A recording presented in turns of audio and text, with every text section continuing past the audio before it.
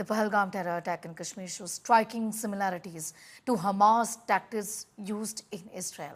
Sources now reveal top commanders of Jaish-e-Mohammed and Lashkar-e-Toiba, alongside senior Hamas representatives, were part of a gathering of terrorist leaders in Pakistan-occupied Kashmir, I understand, in the month of February. Hamas representatives attended an anti-India conference in POK, were given VIP treatment by JeM and LeT. Videos viral on social media show Hamas leaders entering the Shahid Sabid Stadium in Rawalkot in luxury SUVs, surrounded by Jaish and Lashkar terrorists on bikes and horses. Another video shows Jaish and Lashkar terrorists carrying out bike and horse rallies with a flag of the Palestinian terrorist group, which for the first time attended an event in POK. Sources say the terrorists planned the Pahalgam attack like Hamas, targeting tourist spots. Targeting large crowd as part of the plot. They checked IDs of victims, used apps like the way Hamas terrorists did. Gaurav, in fact, continues to be with us. Gaurav, in fact, from day one of the attack, it's clear that it's got Hamas-style written all over. And these details, including the media, social media videos that we are putting out at this point in time for our viewers, and we'll go back to them, just speaks volumes of how, A, this had the Hamas imprint, and also how this was planned, isn't it, in absolute and 100% cooperation from Pakistan.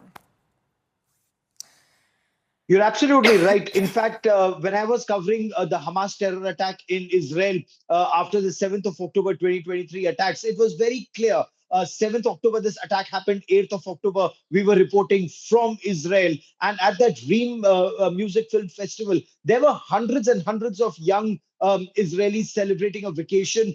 They were listening to great music. And these were predominantly youngsters listening to music, enjoying themselves. And that is where Hamas terrorists not only struck, they opened indiscriminate fire, killing a lot of people, going close to them, killing them, and then, of course, abducting a number of them. And some still sadly remain hostages in Gaza with the Hamas. Eerily similar is what happened at Pahalgam, because again, these were people who were enjoying a vacation, not a care in the world, no threat of terror, because everybody thought, and this was virtually an unwritten code, that even Pakistani terrorists did not target tourists, because the moment you target tourists in Jammu and Kashmir, the life of people in the valley is thrown out of gear.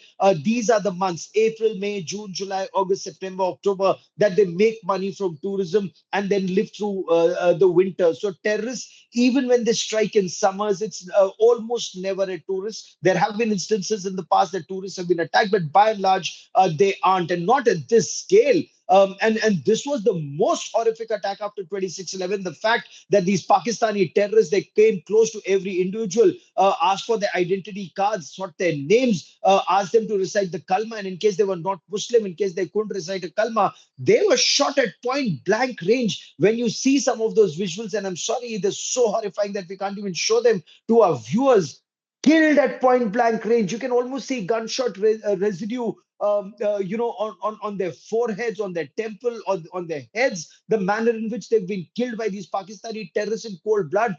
More horrifying, in front of their wives and sisters and children. For them, it will be 1,000 deaths every day as they remember those images, those vivid images. They can never get them out of their system. So while their loved ones have been killed, those who survive will live through that trauma for life. And these Pakistani terrorists, for them, it's mission accomplished here. And God forbid, if they are not neutralized, then they would do so again. And their masters in Pakistan. I reported through 26/11 Mumbai terror attacks. There was a control room in Pakistan that was directing the 26/11 Mumbai terror attacks. So a lot of evidence was gathered and given to Pakistan. Pakistan did nothing about that evidence. And now when Pakistan says, do investigation, give us evidence, then we'll take action, it's nothing but absolute lies. Thick dossiers have been given to them after 1993 plus, after 26/11 plus, after Pathankot, after Pulwama. They did nothing. The only way is, as Prime Minister Narendra Modi said, punish the terrorists wherever they are. And of course, those who train, arm, abet this terror wherever they are. That's the only message that a state sponsor of radical Islamist terror, Pakistan, understands. Well, that's evident, Gaurav. That's the language that they perhaps will understand and nothing else. Gaurav, be with us. I'm just going to come back to you in a moment from now. We want to tell our viewers a little about how this attack was clearly, and it's writ large, Hamas-inspired. Terrorists planned attack like Hamas. They targeted tourist spots. Targeting large crowd was part of the plot. Hamas like checking off ID cards of victims. That is something that was being done at that point in time in that huge meadow where the attack took place. Also, they used encrypted apps like Hamas. That is something that was done. As always, this had Hamas written all over it. This through our sources within the intelligence. Gaurav continues to be with us. Gaurav, you know, there is a different style of functioning as far as the Hamas is concerned. And from day one, like we've been saying, it was very clear that this is what they were trying to do. The worrying aspect of this is that they are now working in tandem. I mean, no secret that they were doing it in the past as well. But the idea is to strike fear in the worst possible way. And that's the reason why in this attack, and which makes it even more horrifying, like you said, the manner in which they were shot point blank. Not just that, the family members, little children, were made to witness these murders, isn't it, Gaurav? Oh, you're absolutely right. That's the most horrifying part of this. And you know, the parallels that you draw with Hamas, it's very true. There are three things here. Radical Islamist terror, wherever it is, it operates in the same style. So look at Islamic State terrorists. They would execute people on camera and put out those images on social media for the world to see and to be horrified. Hamas does exactly that. They wore body cams and then they put out those helmet-mounted GoPro cameras or chest-mounted cameras. They shot that entire sequence of the horrifying terror attack. In Hamas's case, they also had GoPro cameras or gun-mounted cameras. So it's almost, I mean, it's so horrifying. The parallel, if I may, it's like for them, it's like a video game. You see the rifle and where the rifle aims, the bullet is fired. You see the victim go down. Sadly, it's not a video game. It's actually happening to people. Hamas did that in Israel.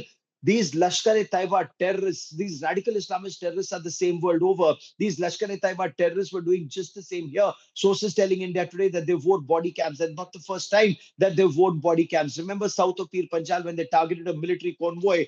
The terrorists wore body cameras. They filmed the entire sequence of that military truck coming, shooting at the driver, then targeting the tail end of the vehicle, people jumping out. When soldiers jumped out, they shot at the soldiers. When soldiers were crawling to safety, trying to get hold of the weapon, they go up close to those soldiers and shoot them at point blank range. Film that, and with religious Islamic music, they put it up on social media in an attempt to recruit more people.